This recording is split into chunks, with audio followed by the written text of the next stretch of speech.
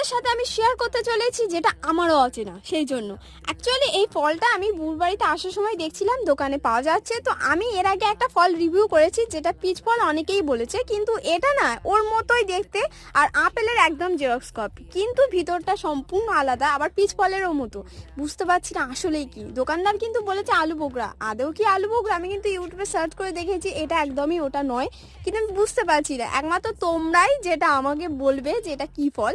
তো চলো একটু কাটাকুটি করি, আদাটা তো করি, তারপরে তো বোঝা যাবে আসলে ব্যাপারটা কি, আদৌ আপেল না পিচ ফল। তো এখানটা ভালো করে একটু সুন্দর সুন্দর করে কেটে নিয়েছিলাম। কেটে নিয়ে তোমরা দেখতেই পাচ্ছ অনেকটা সুন্দর, ভিতরটা পুরো লালে ভর্তি, জুসি, এতটা সুন্দর যে কি বলবো তোমাদের। খাওয়ার পরে বুঝলাম হ্যাঁ মোটামুটি টেস্ট ভালো আছে, খুব যে খারাপ আহামরি নয়। এর দামটা পড়েছে প্রায় 35 টাকা। আর আমার একটা কাণ্ড দেখো, এই ফল আনকমন একটা ফল, আবার আনকমন একটা পাখি, ভাবা যায় কি ট্যালেন্টেড।